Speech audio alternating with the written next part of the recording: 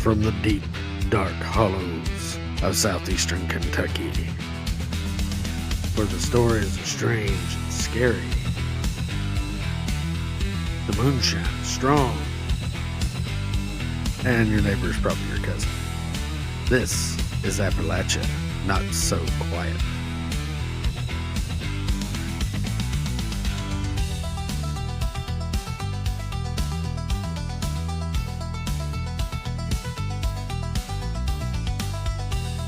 Hey, welcome back, everybody. I'm your host, Hillbilly Phantom, and as always, I am joined by my lovely co-host and beautiful wife, Appalachian Shade. Appalachian Shade. How you doing today? I'm good.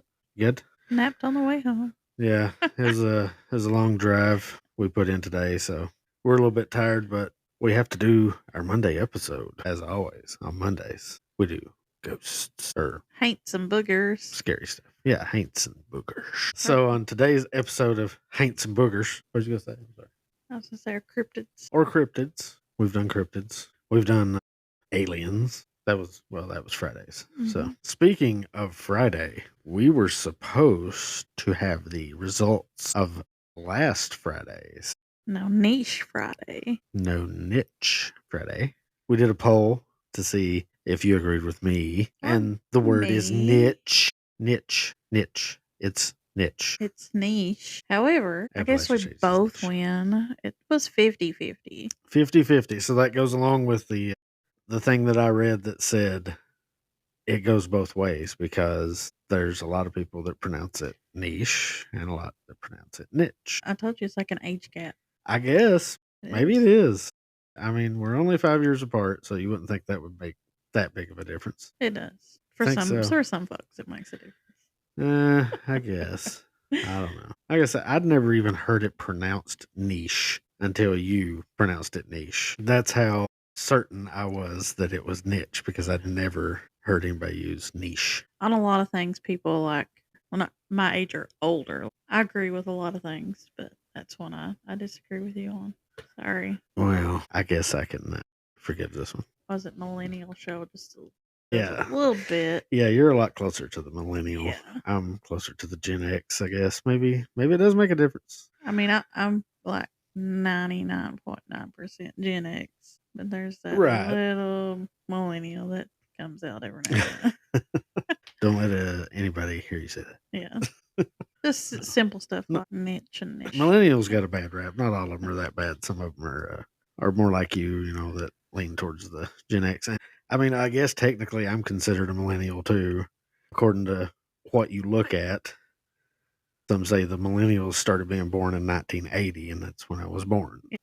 I mean, but they, I agree more with the thing that I read that said there's a little in between generation between Gen X and millennial. It's Zennial.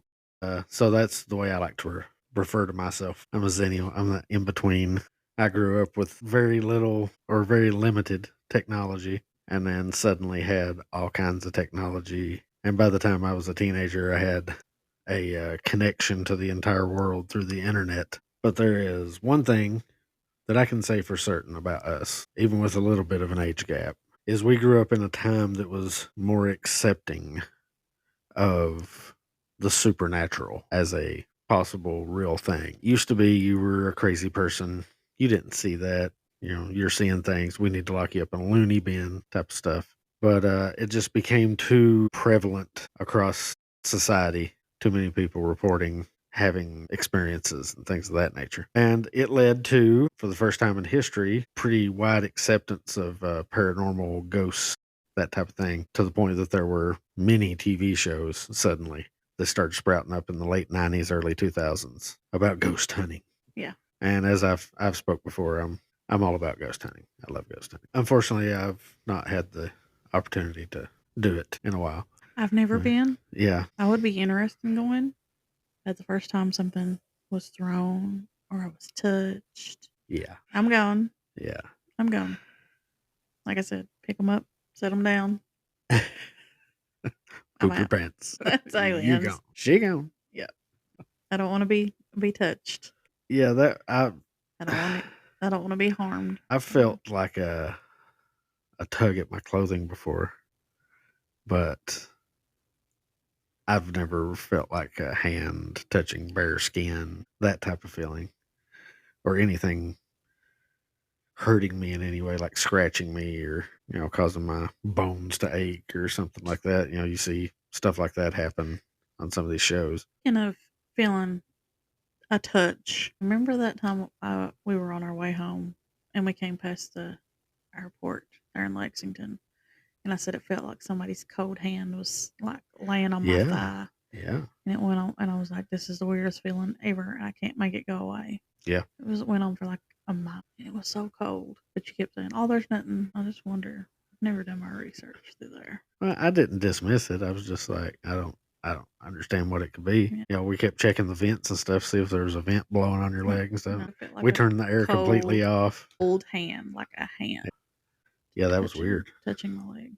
Yeah, that was not too long ago. Yeah. That was recent. Creepy stuff. If anybody else has had that happen in front of the Lexington airport, let me know. Yeah, There could be absolutely. something to that. Yeah, maybe something happened through there. Yeah. Car accident or anything. There very well could be something. There's all kinds of stories of roadside ghosts. People seeing somebody on the side of the road, stopping to pick them up, and they disappear. Things of that nature. You hear a lot of those stories usually when you're younger. Sometimes I'm sure it's just to scare you, but Right. but there's been so many people that's had things like that happen to them. Or just seem like someone stranded beside the road and they pull over to help and they just vanish. Yeah, like I said, you hear these stories from all over the country, probably in other countries too, of these ghostly roadside assistants. So once again, we are here to discuss ghosts, personal experiences. Do you have any that you haven't shared yet, my darling, that you might want to? I do. Okay. But this didn't happen in Knott County. This actually happened at our cabin in Cave Run Lake. Cave Run Lake. Beautiful and it's place. not scary. So when we were little, me and my sister always slept in. There's like 4 bedrooms upstairs. We always slept in the room with the bunk beds. But my mom and dad had to replace some carpeting and stuff in that room. So they took everything out, and we had to sleep in uh, another room at the end of that hallway in front of a closet that my dad's mom had stuff stored there. She'd had it stored there for years after she had passed, and a pair of her shoes were in that closet. And me and my sister were laying there that night in the bed, and this, like I said, the first time we'd ever stayed in that specific room. We had our choice of room, and we always stayed in the room with the bunk beds. But as we were going to sleep, my sister nudges me and she's like, "Oh my God, sis. Oh my God, sis. Wake up. Do you see that?" And it looked like a lady had her back to us and she was bent over in the closet picking those shoes up. No way. And yeah, my sister had met my grandmother before as a child, young child. And she's like, that's my mom. You never met her? I had never. She No, was she gone passed. before you. Yeah, she passed before I was born. So it's like a Yeah. woman, like in a dress, bent over. Little short builds, had her hair up in a bun. Wow. Yeah. And my sister hollered for my mom and my dad, and she explained what she looked like and everything. And I was like, yeah, sure enough. But the weird thing is every time we would go down there and clean, years later, after she had passed away, me in my teenage years, we would always find little balls of gray hair, like that she had pulled from her hairbrush. No matter how, Great. I mean, when we clean that place, every corner, every nook and cranny, under the couches, everything. So she'd like And pluck the hairs that would gather in her hairbrush when she brushed her hair, yeah, and just. well, I don't think she just randomly would throw them on the floor, but we would always find like balls of But hair. you'd find them, yeah. Even after, like I said, years after we would clean, we would always find those when we were down there. So odd, but that's it's kind cool. of like a sign that she was there, because that was her favorite place to be, was there at that cabin. At that cabin, yeah, love the lake. Well, that's awesome. Yeah, that's a nice, loving paranormal experience. It's always nice when those happen. I've always felt that the things that happened to me in my mom and dad's house was like my grandma and grandpa. So it was always nice. It wasn't scary or But she had the run of that place. She got to design it and stuff herself, the way she wanted it to be, and that was her. Yeah. That was her home. It was her little home away from home. It Probably was where she wanted to retire or something. Yeah, Oh, that's where she always wanted to be, is Yeah, right there. Because, that's cool. her home back in Knott County was just a 3-bed, well, 2 bath. There was one out on the back porch. So, but Yeah. there was like her big home, and she liked it there. Back when we And still to go had out and go fishing and things like that. back when we still bathed on the porch, or Oh, was it no, enclosed? no, they had an inside house. I mean, bathroom with a shower and Right. everything. Yeah, yeah, yeah. But there was also a shower on the back porch, But I that mean, it they was eventually built. enclosed, Yeah, it like it was had. Okay, enclosed, all but right, you had to go out the back porch right. Yeah, and then into it. But yeah, it was yeah. all closed off and everything. Oh, okay. So it was a full bath. Well, I know. I've heard stories all the time about back in the day they used to just have the wash tub right there on Yeah. the front porch. No, That's where they bathed I'm at. sure she had Was the the back ringer porch. washer and all that stuff. So Yeah. Oh yeah. Grandma would never give up her wringer washer and clotheslines. that's the only way to get your clothes clean. Yeah, she wouldn't buy into this new fancy electric washer and dryer stuff. So there was the occasional, you could hear like footsteps upstairs as well, or walking the stairs at night. Because I've laid on the couch before and heard it. Like, it sounds like someone walking the stairs. Right. Classic audible experience, hearing Yeah, footsteps. nothing never hurt nobody, or because she wasn't that Yeah. way. Did you ever have Aggravated anything? by that. Did you ever have anything like move around or anything there? Put something down and then it disappeared. Seems like we have. I can't recall exactly what it was. I want to think maybe like the Afghan that's laid on the back of the yellow couch there. Yeah. It seemed like it would move, and it was very heavy. Right. It was, It wouldn't yeah. just like blow around. Yeah. Seemed like it would be laying off the couch into Yeah. the floor when we would come back and things like that. Well, that's cool. But it's probably just grandma. I don't blame her. I'd go on permanent vacation too, because it's quite peaceful in Cape Run. Oh yeah. Yeah, it's beautiful there. Quiet. Yeah. Yeah, I like it down there. I like it a lot. Well, since we were discussing ghost hunting, I'm going to talk about one of my adventures in ghost hunting. So there's a place, I think a lot of people have heard about it. I'm pretty sure you heard about it before you even knew me. Don't think so. Oh, you didn't? No. Oh, okay. All right. Well, I know it was kind of, it was getting to be more famous, I guess, as the years went on. And that actually kind of started to become a problem. A whole lot of people going there and, wanting to hunt ghosts, things of that nature, just hang out and party. I think how I found out about you investigating this place was you had first been like, "Oh yeah, I like to go ghost hunting and all this stuff," and I was like, "Oh cool." So I had done some research of like local places that were haunted. I was like, "What about this place?" And you're like, "Yeah, I've been there." Yeah. And then kind of I went to a lot of the big ones, like Yeah.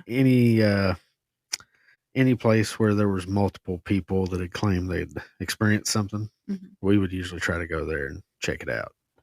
We didn't have any kind of professional equipment or group. It was just me and some of my friends, and it rotated in and out. Like it was a big group of friends, but not everybody could go at the same Just time as whoever's ever everybody off else. work that weekend. Right. It's whoever didn't have to work the weekend shift went and ghost hunted together. So I found out about this place through a good friend of mine who was in college at the time. He was attending Morehead State University, and he had some roommates, I guess, that were from nearby there, or maybe it just had heard about some of the stories about this place being haunted. And it was an old schoolhouse. It was in Breathitt County, but it was close, I think, maybe to Magoffin County, and it was out in the middle of nowhere. And he came back with videos and pictures of him and his friends at college, his roommates and stuff, going out to this place. I don't remember how many there was. There was 4 or 5 of them. There may have been more. Once again, I'm not giving any names. We don't like to do that on the show unless they want us to. So he came back with these pictures and videos. And he's like, "Hey, me and my buddies at college went and checked this place out. It's called Frozen Creek School." And the story that he had got, I guess, from his roommates was that this was a school in, I think, the 30s, and a tornado warning was issued for the area. And the teacher and a bunch of the students all huddled inside the boiler room for protection. I guess that was the sturdiest part of the building. Right. It would be in the basement. Well, this wasn't in the basement, I don't think, because it's like it was a dorm. It was a single level. There wasn't a basement or anything. but it did have this big room kind of by itself that I think was the boiler room. So anyway, they issue a tornado warning. So they huddle inside the boiler room and a flood happens. It was a flash flood, not a tornado. The flood ripped through the area and I guess flooded the dormitory and killed these teachers and kids. That was the story that we had at that time. We didn't know like how many victims, how many kids there were. We heard one teacher, we heard two teachers. It varied, but stories like this usually do. So these pictures he had were very interesting. Now this was during the fall, I believe. So it was kind of cool, but not like freezing cold. I don't know And if you could have seen your breath. right. Yeah, probably couldn't have seen your breath. He said he couldn't see his breath that he recalled. None of them smoked. They were all non-smokers. Vaping wasn't a thing at that time, thank God.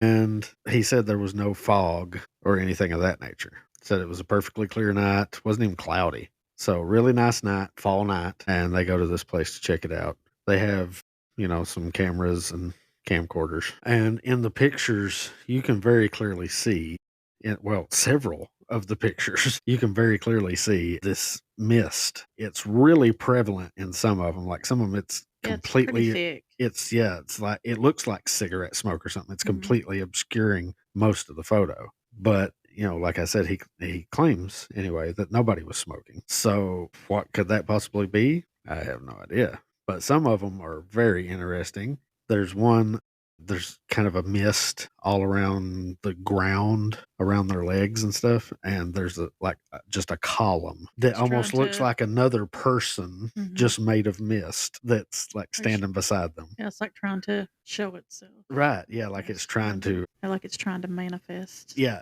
manifest. Yeah, it's maybe pulling the energy or whatever it is that these spirits have to do in order to be seen by people or by electronic equipment such as cameras. And they even got one thing that wasn't missed. It was just like this weird looking, I don't know, it looks like a twig or something. Yeah. And it's kind of in the foreground, but he said there wasn't anything there. That showed up in the photo. That wasn't anything that was present when they were taking it. So that's pretty strange. And then the thing that really got me though was the video. He didn't get any kind of apparition, but he did get a voice, an EVP. He steps out of the gymnasium area and he's filming. He's pointing towards the schoolhouse that's set behind the gymnasium. And you can very clearly hear somebody, to me, it sounds like a little girl saying, "Help me." Yeah. And it's very creepy. I mean, it's like straight out of a movie. Help me. It is so, it runs chills down your spine. It was such a creepy video. Yeah. Or at least the audio. It was just, like I said, spine chilling. But they also got other photos that are incredible. There was another one that almost looks like something trying to form. It was a misty shape that was standing in front of a doorway. Like there's a whole bunch of them standing there, 5 or 6 of them. And it's a group photo Like type it's of thing. posing with them. And yeah, it almost looks like something posing Yeah. in the doorway, or trying to anyway, like it's manifesting. Yeah. It's just this little glob of mist, and there's no mist anywhere else. And then there's another one where it almost looks like a face, like the light from the window is illuminating a face, a part of a face in the boiler room. Yeah, in the boiler room area that I was talking about. So they just got incredible evidence, and I was like, man, I have got to go here. This place looks awesome. Now, I had done a few little treks into cemeteries and even a few other homes and things that people had said were haunted.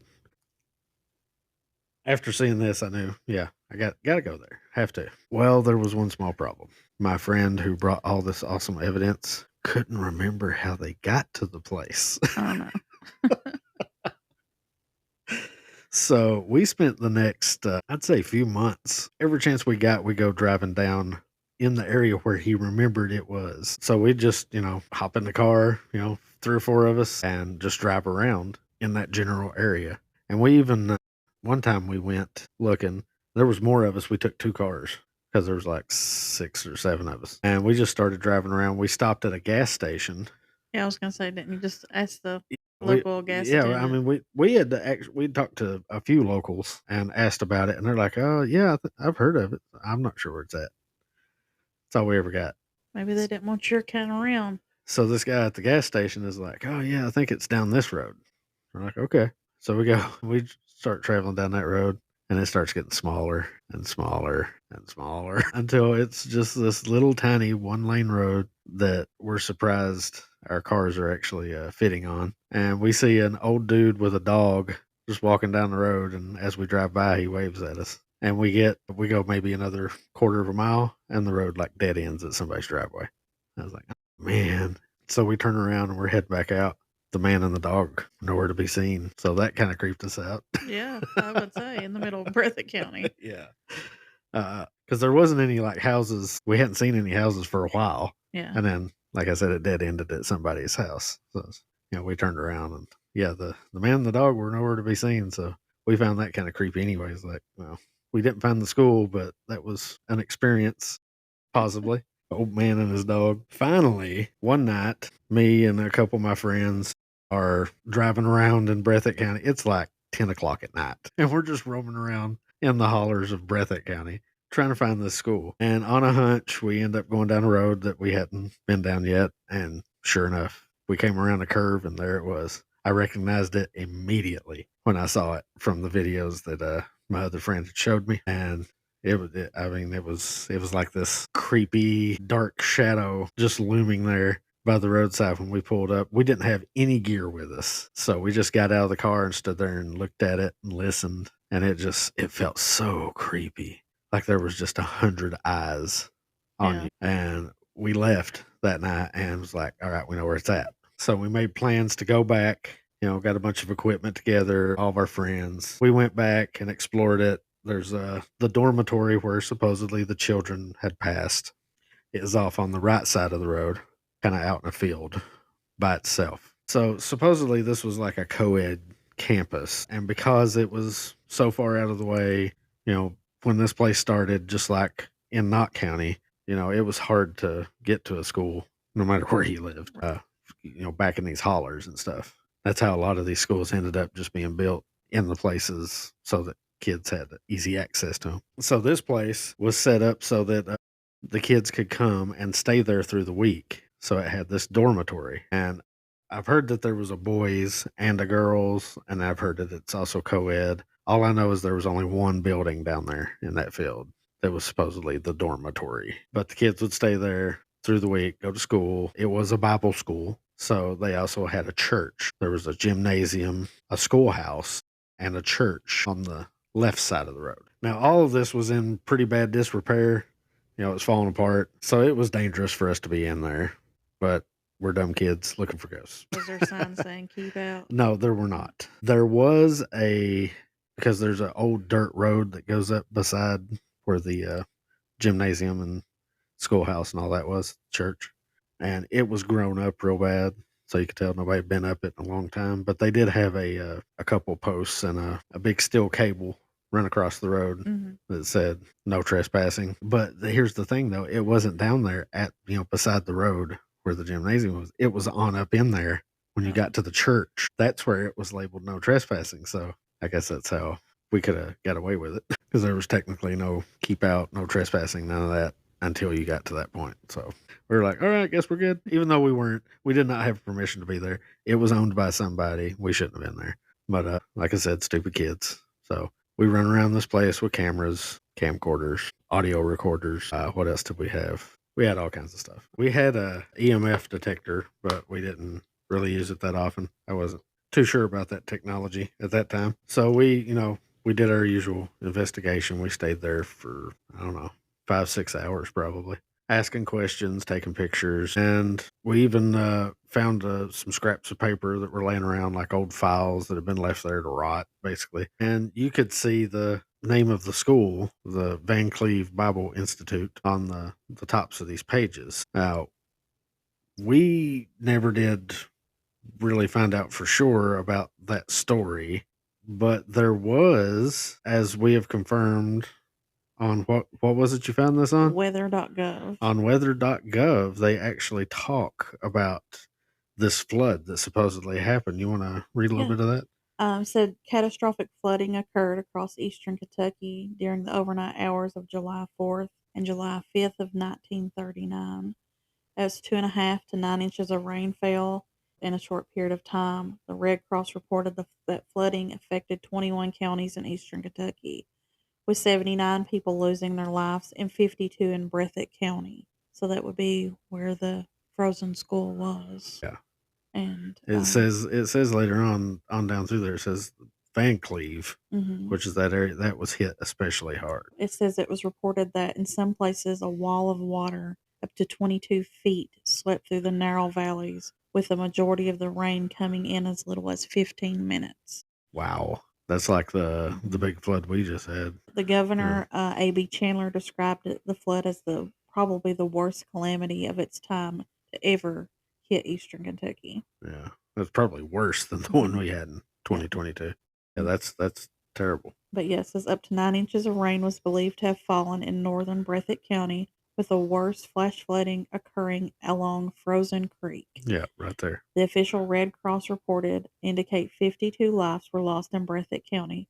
The Van Clave area felt the full force of the flood, with the Kentucky Mountain Bible Institute, now the Kentucky Mountain Bible College, being completely destroyed. In addition, 44 houses and 60 barns were swept away by the raging flood waters. There you go. So that Yeah. that pretty much confirms at least some of the story. So we do know that happened, the flood happened, and it destroyed that area and took that school. Yeah, and they later rebuilt up on a hill the Yeah, Kentucky Bible Institute. right. Yeah, and we never made that connection. I didn't even realize that we had this information that confirmed for sure that flood happened. It says 52 lives were lost in Breathitt County, Right. but we don't how many of them were at that institute. I've heard Bible rumors that it Institute. was 50 at the school. 50 of them were at the school. Yes, Wow. that's what So, I've read. maybe it is confirmed. I don't know. Well, the only thing we can't confirm is if the tornado drill happened. Yeah, the tornado warning, and they went into the Right. boiler room and all that. Yeah. I'm not sure on all that. But obviously, the school got destroyed by a big flood, just like people had said. Yeah. And it's very possible that there were faculty and kids that were.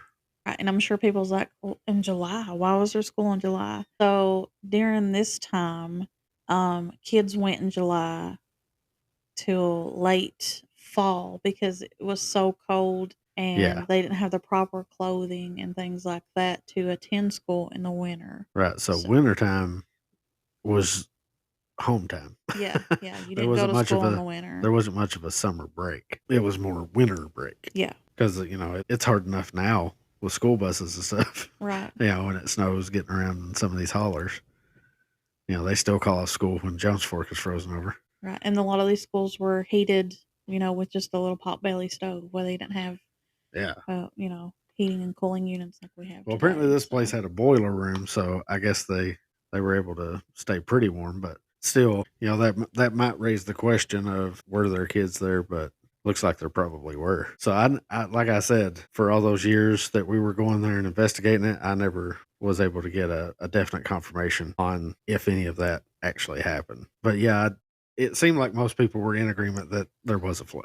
And now we have definitely confirmed that, and that it decimated that area where that school was. So this is going to sound a little crazy on my part and my friends probably, but we didn't catch anything that first time we went there together. And so it wasn't maybe a few weeks later. We piled up and a different order of friends, I guess, went down there and went through an investigation again, and once again we came up empty-handed. Now this is the crazy part because they say crazy is doing the same thing over and over and expecting a different outcome. yeah, Well, that was us. We went back every single chance we got because we knew we could just feel that there was something there. Not just the evidence that my friend had presented before that had got us interested in this place, but the fact that being there was just so creepy. You always had that feeling of being watched, like there was always others around you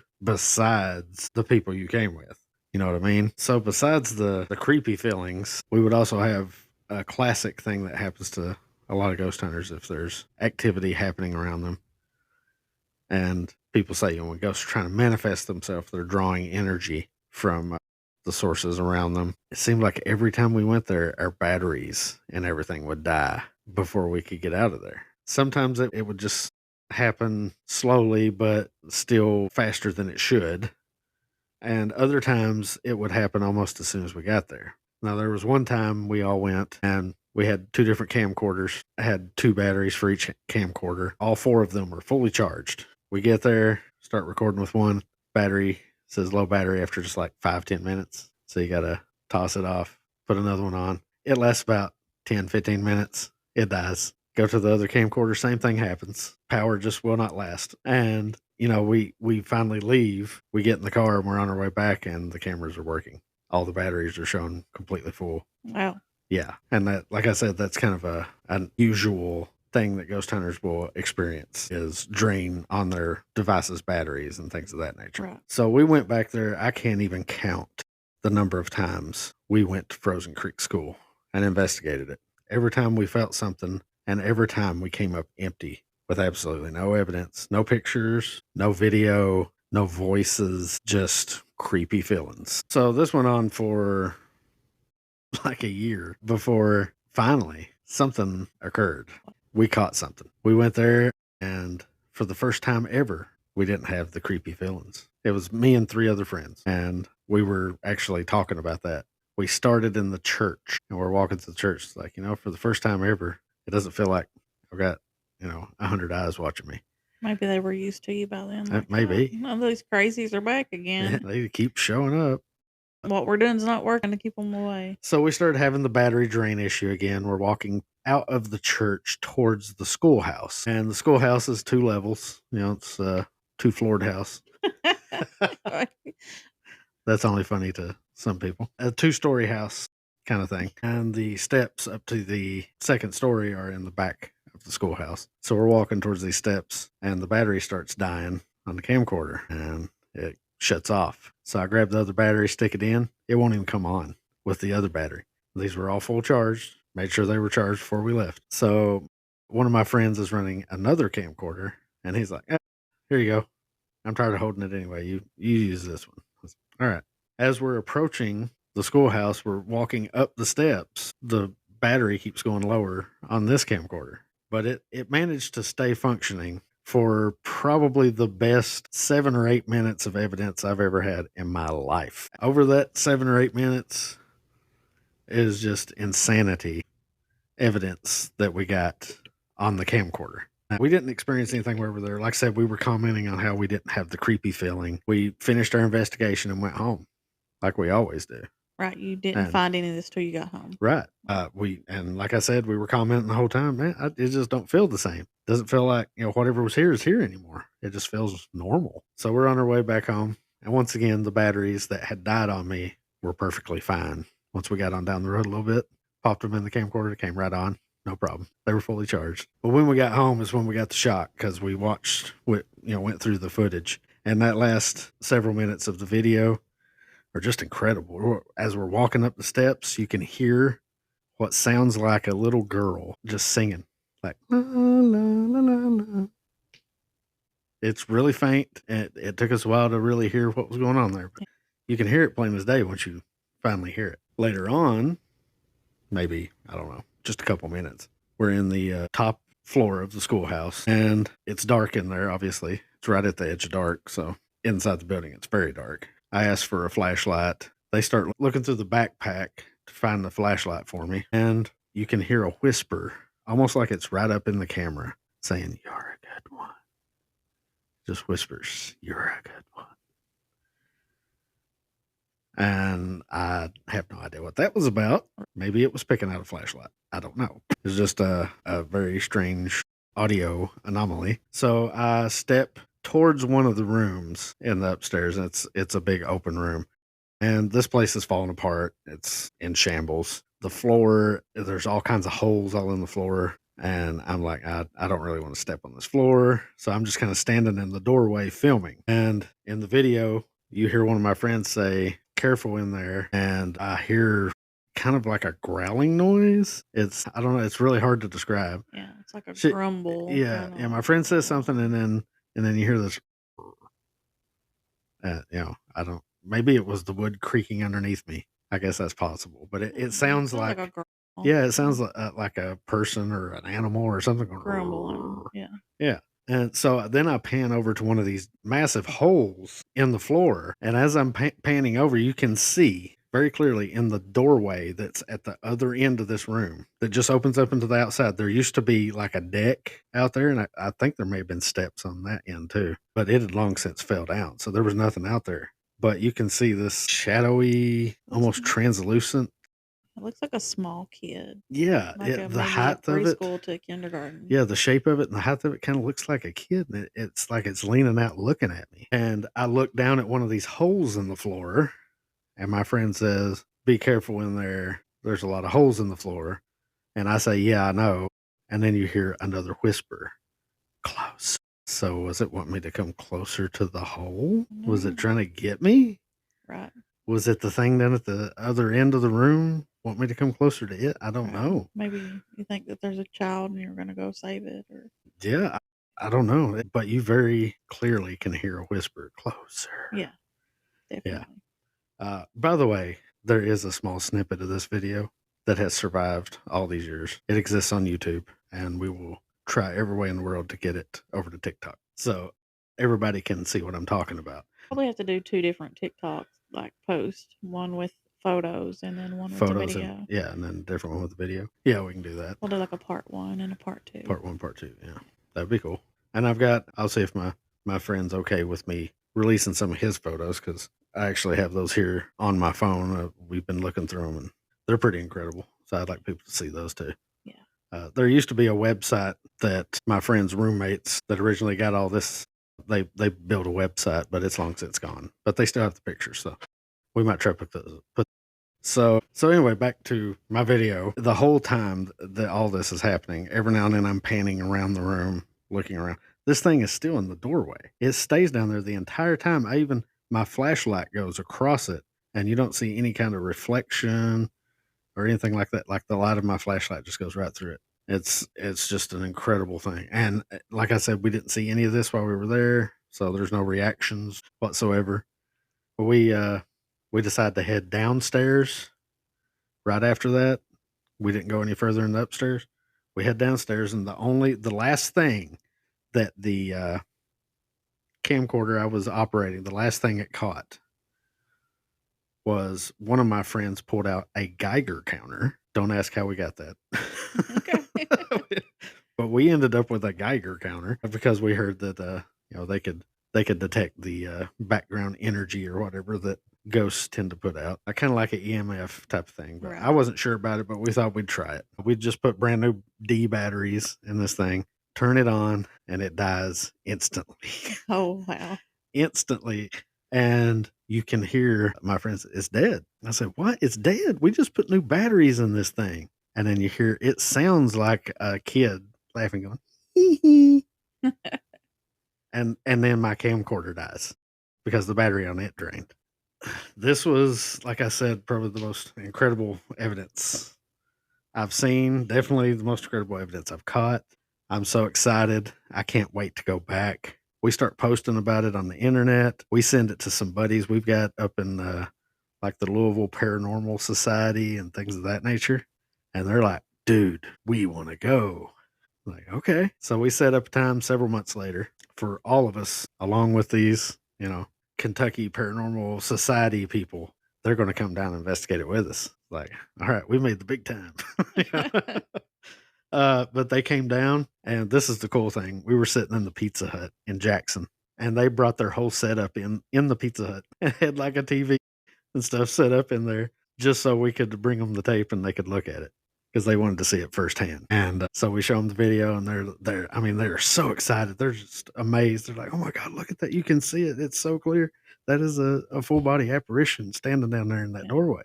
And, they were blown away by the EVPs and stuff too. So we pack up all the gear. We head over to Frozen Creek. We get there, and the entire place has been bulldozed to the ground. The entire school, every building, it's gone.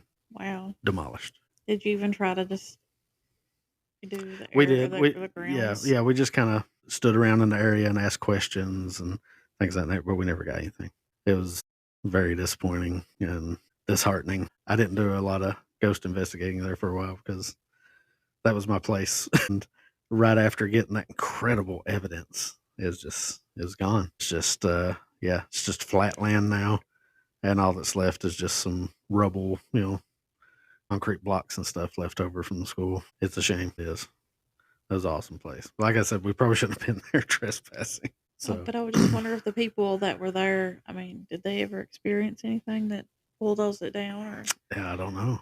I just know I think it was a decision based on the fact that there were so many people coming out there and partying and ghost hunting. It was our own fault, I guess. We were too ambitious. Just went out there too many times. Got sick of it. Brought attention, too much Yeah. attention. Yeah, it was getting a lot of attention. Like I said, I thought you'd heard about it before you'd even met me because it was getting a lot of attention. It was being talked about on the news. I mean, but it's cool now that we still have this evidence. We still have our experiences, and we have some information that finally backs it up from weather.gov. Tells us all about the flood and how, yeah, it completely wiped out that place, destroyed that school. So maybe it was the spirit of kids because, a lot of the EVPs and stuff were kids. And then that thing that I caught in the doorway, it looks a lot like a little kid standing down there. It really does. And it's almost like it's kind of peeking out, checking me out at first. And then as I'm kind of panning around, looking around, it steps more out into the doorway and see more of it, more of the outline of it, kind of a predator vibe. It's Silhouette. that shadowy, translucent, yeah, look. It's really cool. So I hope we can get that video up for everybody to look at. And I really wish I had the entire video. That might be possible. There may still be a copy of that floating around somewhere. I'll have to reconnect with some buddies and see if I can dig that up. But yeah, we will definitely put that up on TikTok though, just as soon as we figure out how to get that video off of YouTube. I used to keep a copy of it on my hard drive, but I lost all that stuff a long time ago. Unfortunately, it sucks. Technology sucks. Yeah, you try to keep up with this stuff and this incredible experience that was documented on tape, but now the tape's long gone, and I was never able to digitize all of it. Just that one little snippet. The video on YouTube is a little over a minute long, but the first half of it is just like telling the story. Yeah, that we all went there and finally we caught something and here's what it is. And yeah, it's just like 30 seconds of video maybe. But it's a incredible little piece of video though. Yeah. Roy EVPs and then this weird thing in the doorway. You were finally able to hear some of the EVPs today. Like, Yeah, I'd listened to it for a while, and I'm like, I can see the child in the door, but yeah, I couldn't hear the grumble or the come closer. yeah, So, but I was able to hear it today. yeah, Once you cleared things up, yeah. it was great. That kind of cleared up the audio a little bit. Yeah, pretty good stuff. I'm pretty proud of that one. That's like the highlight of my ghost hunting career. I don't know if anything will ever Well, top that one. yeah, But the lady in white in her yard. yeah, that's a pretty incredible catch right there. But that's just like a split second. Like I said, we had to take a screenshot of it just to catch it because it just comes in and goes away so fast. Yeah. This is a good 30 seconds. Just probably the best part of the video of several EVPs and this apparition, I guess, if that's what you want to call it. Anomaly is definitely an anomaly. Yeah. No doubt about that. But if you want to go on YouTube, you can look up Frozen Creek School, and I think you can find that video. So you can look at it on there, or like I said, hopefully we'll have it on our TikTok pretty quick. Yeah. We'll figure all that out. So yeah, that's my story, and I think that's our show because we've been talking for a while. So I hope all of you have enjoyed hearing my ghostly tale, and well, both of our ghostly tales. Mine rambled on a lot longer than yours did, but there was a lot of information there because it was a whole lot of investigating for over a year of my life that I put into looking at that place, and it finally paid off. I'm glad it did. And something else that's paying off, this podcast. Man, incredible. We are at how many listens? 325. 325. That's over 30 listeners. And this episode this is before this episode drops, 325. Yeah. When this one drops, it'll make our 12th episode. Yeah. This is episode number 12. Frozen Creek Ghost. Yeah. How about that? 25 listens. I can't thank you all enough. That's just amazing. I thought we'd have, 30. Yeah. I thought we Maybe. were. And it'd be all family. Yeah. I thought we were just going to be like giving up. We're like, okay, well, let's try another hobby. Yeah. Well, that one didn't work out. Yes. I mean, I'm enjoying doing it. Seems like everybody else is enjoying it. Just keep listening. Yeah. Yeah. I mean, like I said, that's like 30 listens per episode. That's at least 30 people. 7 or 8 of them are family, probably. But yeah, we're reaching some people. That's great. I'm glad you all are enjoying it because we sure are. Love telling stories and reliving the days of a more carefree life, I guess, back in Appalachia. I really enjoy that. And I really, really enjoy talking about ghosts and other strange things. Haints and boogers, man. Haints and boogers. We like them haints and boogers. All right. Well, we're going to get out of here. First, we have to mention all the wonderful places that you can listen to us: Apple Podcast, Amazon Music, Spotify, Audible, and iHeartRadio. iHeartRadio. Yeah, man, I can't. That was a shock when I found out we was on Audible. All those you can listen to us for free, so you don't have to. Yeah, to subscribe to anything. You don't have to get a free subscription. If you have Amazon, you can listen to us on Amazon Music and Audible for free. Yeah, I mean, you don't have to pay for the greatest podcast in Appalachia. Okay, maybe not, but I think we're doing pretty good though. I like it. Be sure to check out our X account. Check out TikTok. All the places you can listen to us. I've already said them. Share with your friends. Share with friends. Like, comment. Absolutely need comments because, well, I want to hear from other people. That they're enjoying listening to our stories. I'd like to hear some other people's stories. Throw us a line, tell us if you got an interesting story in the comments. And like I said, we're hoping to one day eventually start doing like guests, having phone calls, things of that nature. Share with us your stories. Yeah. Let's get them out there. For now, we're having a lot of fun telling our stories, and we hope you're having fun listening to them. So I'm Hillbilly Phantom, here with my lovely wife, Appalachian Shade. And we will see you on the next one. Come back and join us on Wednesday. Missing Persons. Missing Persons right here on Appalachia. Not so quiet. Watch out for them boogers.